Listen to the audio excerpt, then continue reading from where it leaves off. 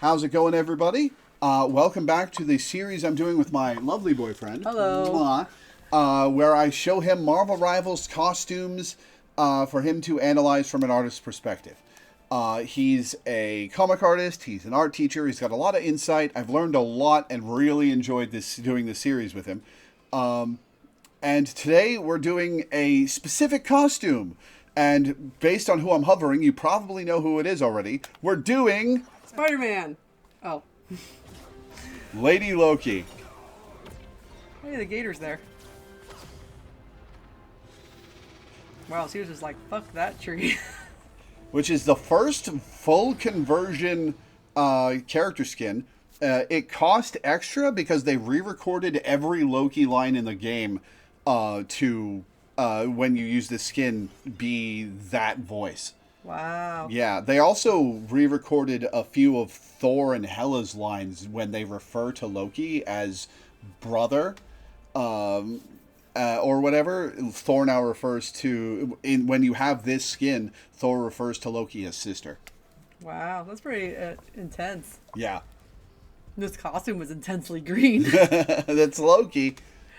But it's fun. So they went for the lot of skin look. Yeah. I mean, it is a very hot skin. I do like the snakes on the boots quite a lot. I think there's another snake motif on the fur clasps. I don't know if that's a snake head or not. Or is it just a gem? Just a gem. Because it looks snake-like when it's attached with this other gold ribbon on her arms. That is snake. No, maybe it's not. It's the same material as the snake, but unless it's a two-headed snake. Could be. It could be. The trickster god. Two-headed snake is a way to say someone is tricksy. Mm-hmm. I also really like the scale effect on the front of the garment. I think that's a really fun texture, especially because we have a lot of smooth for texture. We have fur, and then we have metals. So I think it's a nice eye-catching piece. Mm-hmm. And then we have the triple triangle, which is one of their symbols for Asgard or somewhere around there. Something like that. Somewhere or other. It's like a Celtic knot kind of thing. Oh, there's some asymmetry on the belt, too. There's a bigger gem on one side and a smaller gem on the other. Yep.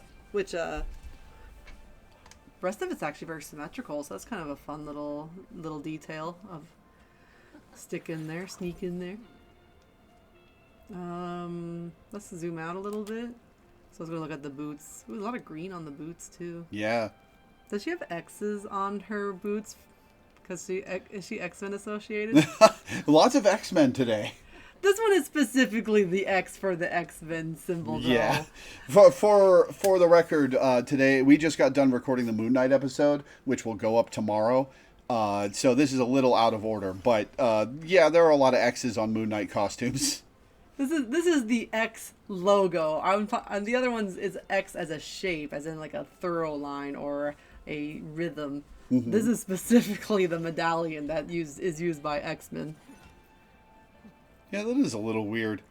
But I haven't seen the TV series, so I don't know if there's an association there. Oh, fun fact. I'm not sure if they've adjusted her model yet to match male Loki, but she's taller than him. By like 6 inches. Nice.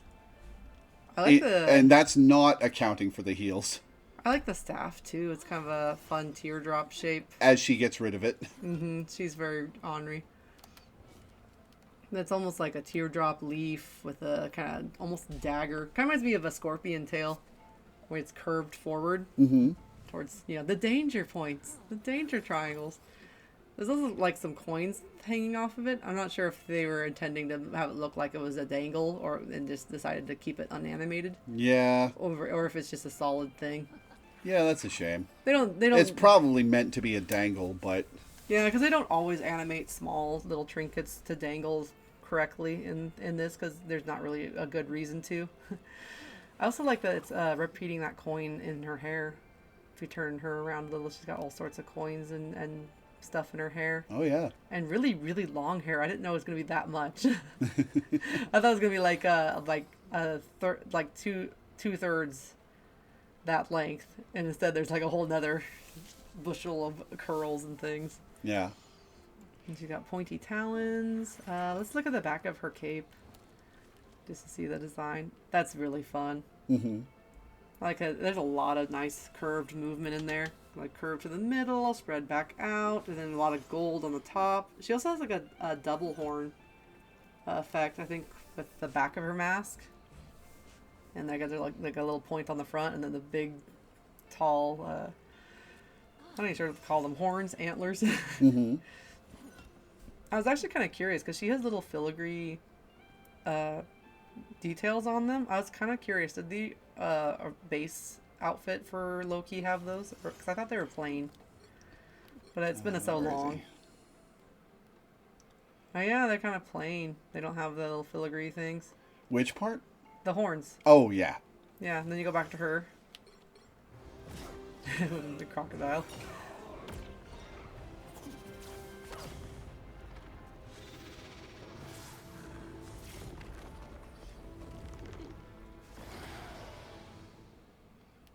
And then you see she's got all these little filigree things onto the horns. Yeah, you're right.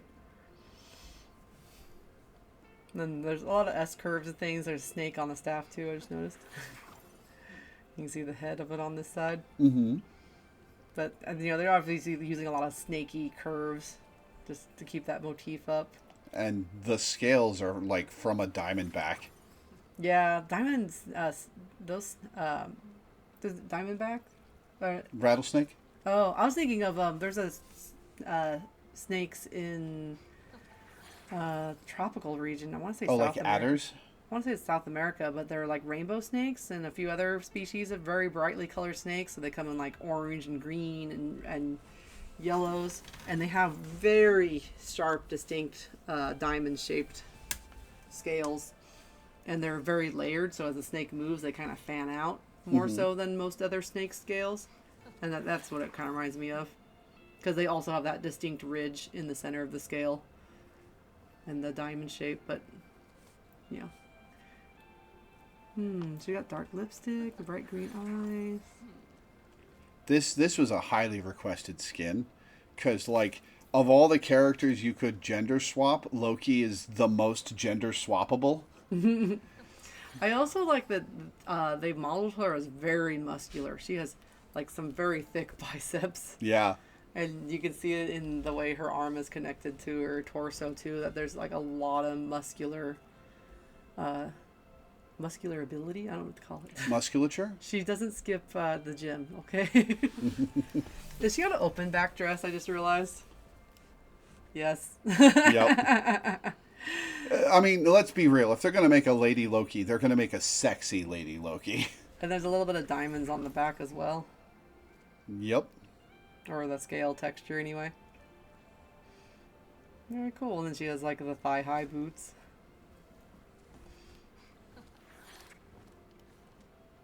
How does the big snake terminate? Like, it goes down towards the knee, and then what happens? Just... Oh, it wraps around the other side of the leg. So there's the tail on this side. Yep. And then, like, an extra bit of filigree, because otherwise it might look a little weird to have a blank space there. I'm trying to think. There's kind of a bunch of V shapes, too, because we got, like, the big gold V shape towards the knees. Another slightly less narrow V shape with the belt and the snakes. I don't know if it... Oh, then it repeats right before the scale part of her dress. Where those two lines intersect and creates another V. Mm-hmm.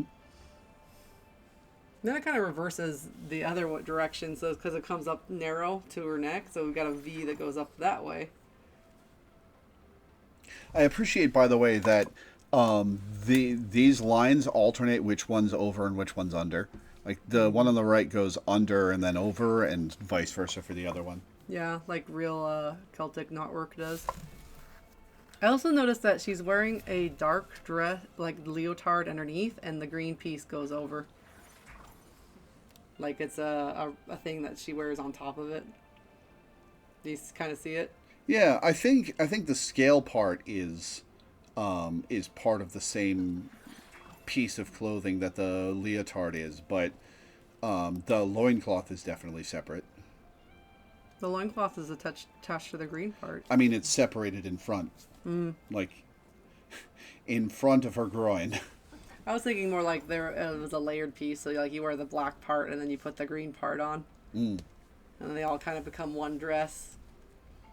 Because it kind of like reminds me of festival wear that you could buy sometimes. It's just like a bunch of sequins.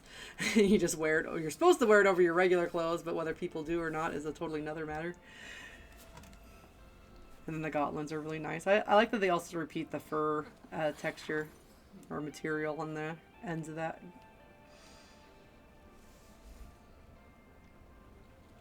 I can't blame them for using fur over and over because I love fur as a texture material use for, especially for fantasy characters. And it makes it so easy to just cover things like the shoulder and give things bulk.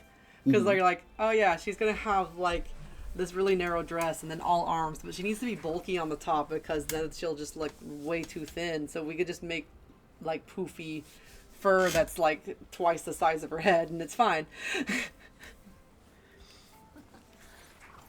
I also still really dig how much of the yellow green they bring into Loki's design.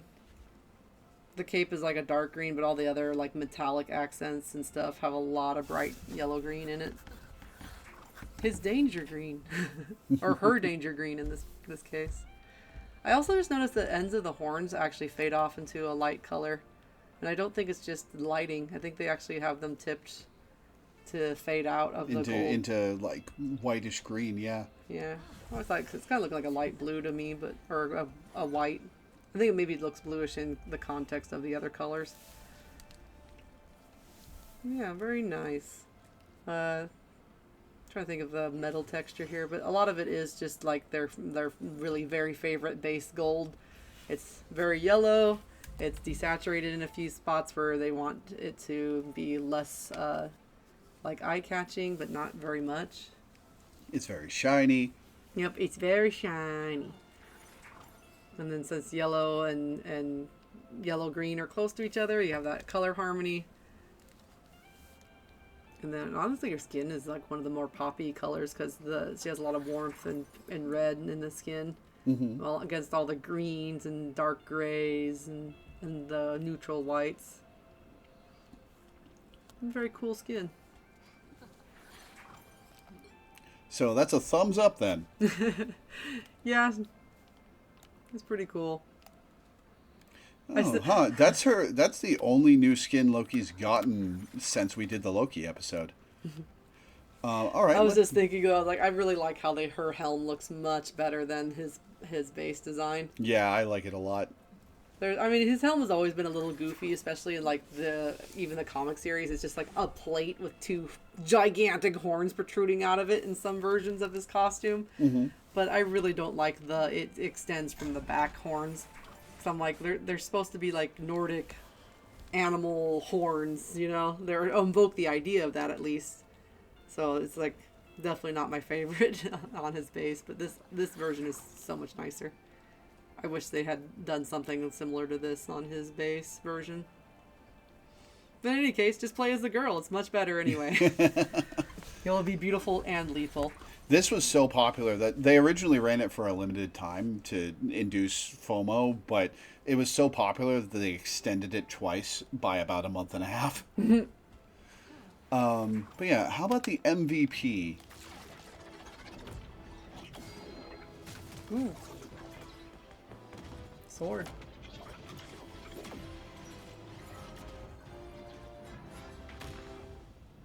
Well, some people are going to have an awakening for sure. That is without a doubt. It takes 1,000,000 years, and all 1,000,000 years of it are awesome. I love that it flutters around, the sword turns back into her staff, and the ghostly snake is very cool too.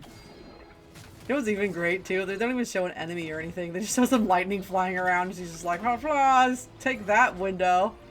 My chair now. Why is it so drafty in here? But yeah, that is very cool. I also love the pose of the hand before she twists it around to grab the sword. It's very exaggerated, which I know we'll have to watch the animation again to see, but also that's not a problem. Yep. But it's like right about there. Yep. That feels really satisfying. And then after images and some effects to show her motion and magic. Characters that can have after effects must be so fun to animate because you're just like you can do the animation, but then you can just even push it further and enhance it with like these motion and lines that only really cartooning and animation can do. I love animation quite a lot. I probably should have taken a class in it when I had college credits to do so, but I was too busy doing comics. But I understand the basics, and it's a thing on my list to sit down and learn how to do a little bit of. Very cool. Also, I believe she's fighting Thor. That would make sense. I was thinking Thor or her father, who I think also... Or Odin, yeah. Yeah, who also has lightning, because the setting is very, like, been sitting in the seat. At least I'm leaning towards Odin, but it could be Thor, and it could be based on what the TV series and she's fighting there too. Which again, I haven't caught up with any of the series for these Marvel things. I haven't watched any of the series. I hear the Loki show is really good, though. Yeah, I heard it went over really well. But I don't know.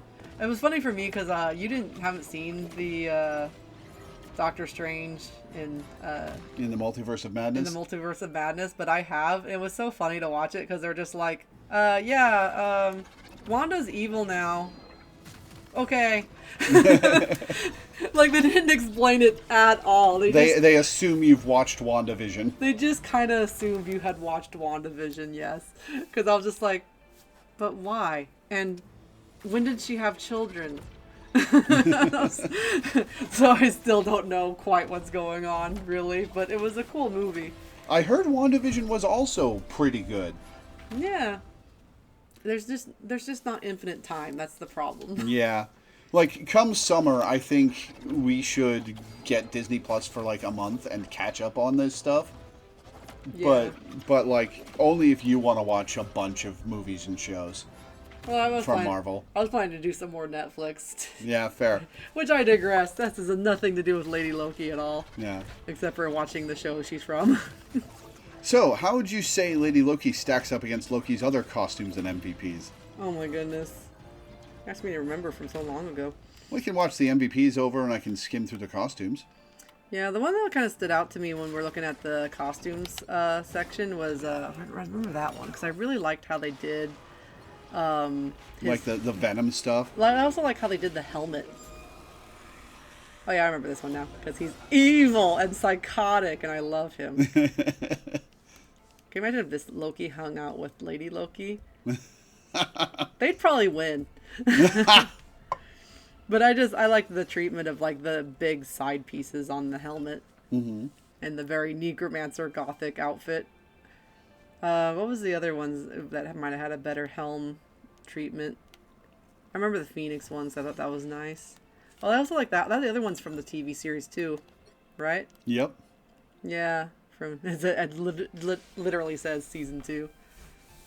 But I also thought this was a nicer treatment on the horns, although maybe a little too large. But you know, the comics also didn't care about that either. So, and I like the stitching and some of the other details.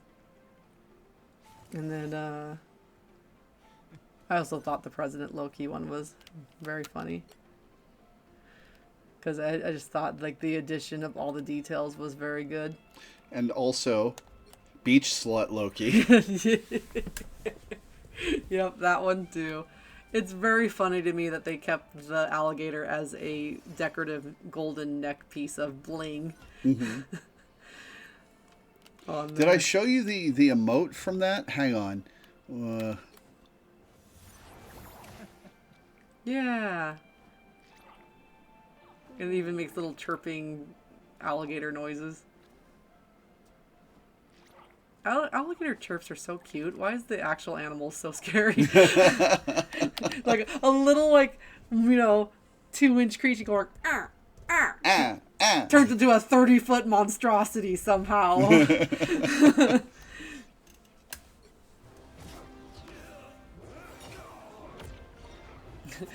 I like her intros. She's just like, I absolutely just ices like 3 Lokis Yep. at a tree.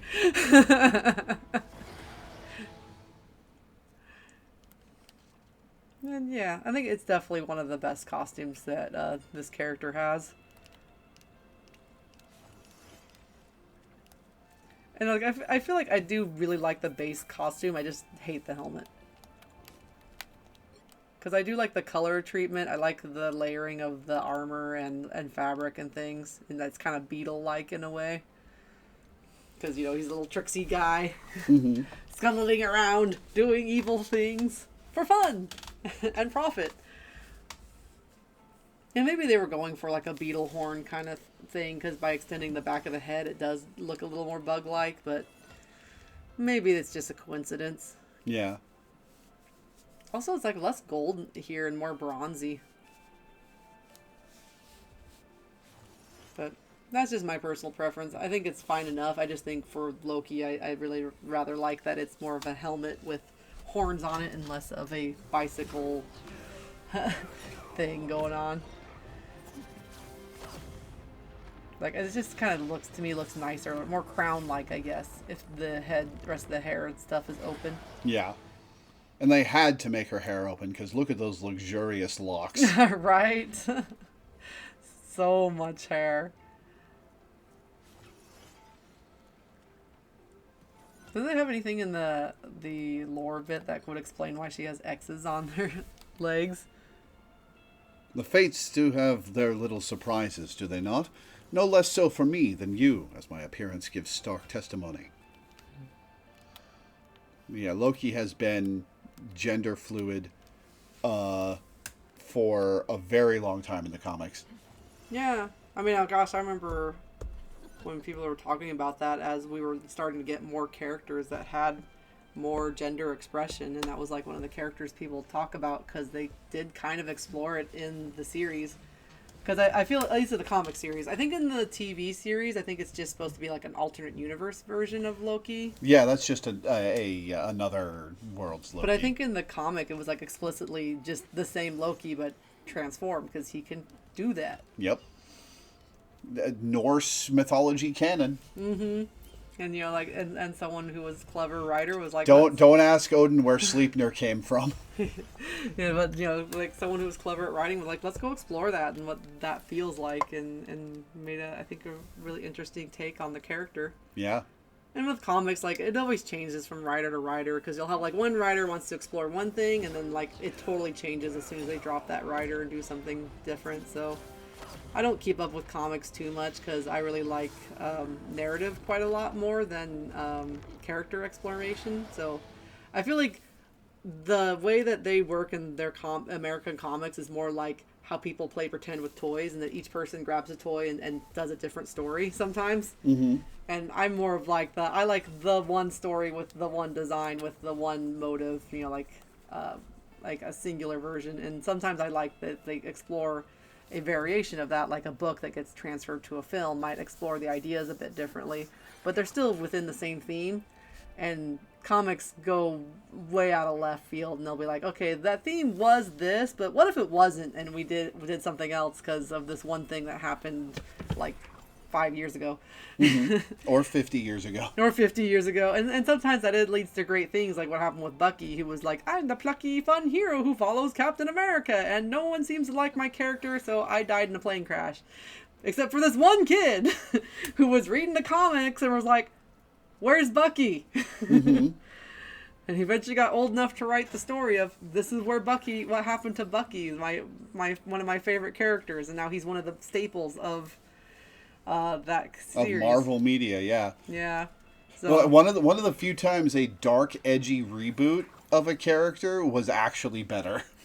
So I tend to enjoy more like TV series or movie because they're a bit more contained and easier for me. But like, you know what? That might be not be the only one, because the comics are becoming hard sells. They still make them because they're part of the fabric that makes up these IPs, but the money is really being made in other places, in merchandising and in movies and things. I wonder what the hell is going on with Diamond Publishing, because like they've been the bottleneck to these comics getting made. for a while, and I heard they were going under like 8 months ago or whatever, but I haven't heard what happened. Yeah, I think they might be folding because obviously Disney is probably going to distribute their own thing because they own Marvel as an IP. Mm-hmm. And some of these other places, like, they might want more flexibility than what Diamond gives them, and they're not as contained as when Diamond started, because when Diamond started there was no alternatives. You had no way to advertise that you had something to sell unless you had the catalog, and they were the catalog people. And it was so niche that you couldn't find an alternative service that still had as much buying power as Diamond. And yeah, I think they're going to fold or have folded. I haven't really kept up with it either. But that's probably going to be a good thing for comics because we're probably going to see a little bit more flexibility, because it was pretty hostile to small shop owners, because if they bought like 20 copies and they didn't sell all the copies, Diamond would not buy them back. Mm-hmm. Where if you're Barnes and Noble or something and you buy 20 copies and you sell only a couple, you can sell back the other copies and you don't have to take that risk of having all those books on your plate. More or less. Also, wasn't there something about Diamond being the one who decided how much you got and you just had to live with it? Yeah, well, when you have a stranglehold on the ecosystem, I don't know what they did exactly, but I know it wasn't great for people who were publishing, especially if you're indie. For reference to what we're talking about, viewership, Diamond Publishing is the company that has managed the distribution of both Marvel and DC comics for like 40, 50 years. In I think mostly North America. I don't know if they distribute outside of North America. And they have such a tight control over how many get distributed that 40,000 sales for an issue of a comic is viewed as wildly successful. They undersupply and have all sorts of nasty stuff they do to the industry. And so when it was announced that they were either going under or being bought out, there was much rejoicing. Yeah, and comics have had a hard time overall just through time, because I know, like, New York Times bestsellers, when there was a comic that was going to be, like, on that list, they were like, oh, well, that can't be good because comics aren't real reading. We're going to make a separate list for graphic novels. Because they were like, oh, we can't have, like, our prestigious best-selling list have some filthy comic book on it. An animated movie can't win Best Picture. Yeah, it's the same thing. It's just, which is a shame, because I think there are some, like, real, I know it's at least in North America. Abroad, I think there's more variety in certain countries, but here it's been very regulated to either young adult or children's media, which I think is a shame, because I think animation as a medium is very flexible, and there should be a lot more adult animation that is not just, like, filthy sexual bullshit. Like, there should be some very pointed, very thoughtful work that could be made, and I'm really excited about some things that are happening right now, because I think Glitch is very independent right now and doing very well. And whoever else is looking forward to Knights of Guinevere, comment below. Yeah, well, that's one, but even some of their other series, they are exploring some more advanced adult topics that are not just, like, filthy humor, which, like, has its place. I'm not really that into that stuff, but it can be funny if you're got the mind to make it funny. But it tends to be the only kind of adult films we get in America, and it's kind of sad to me when we could be exploring so many other ideas. Because, like, oh gosh, I'm trying to remember the last one that came out that was about dogs, and then before that was Fixed, I think. Yeah, Fixed, and, like, what was the other one that was a food party where they were all talking? Sausage Party. Sausage, yeah. They didn't even pay their animators, the Sausage Party people. So I never watched the movie because I have taste. Yeah, same.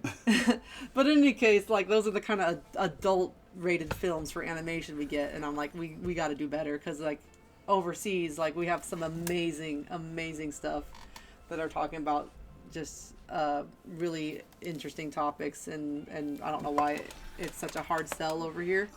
But I do think there's a stigma of it being so long associated with children's media that it's just hard to get adults to be like, oh, that's a animated film. I think I would like to go watch it. But I'm hoping that's going to change because as we're growing, we have more people that have been reading comics, more people that have been watching cartoons into adulthood. So I'm hoping as we age up a bit that maybe some movies will come out that are aiming for that audience that's much bigger than previous generations. But we'll see. Why is she so pretty? To make people buy the skin. Ah, I see. Capitalism is pretty. All right, well, that's Lady Loki. This will go up today, March 14th, Saturday, because I can just upload this while other stuff is exporting. Moon Knight will go up tomorrow, the 15th. It's 2026. Tell us how you're doing. But yeah, that'll be it for today. Thank you guys for tuning in. We will see you next time for Namor. Bye. Bye-bye.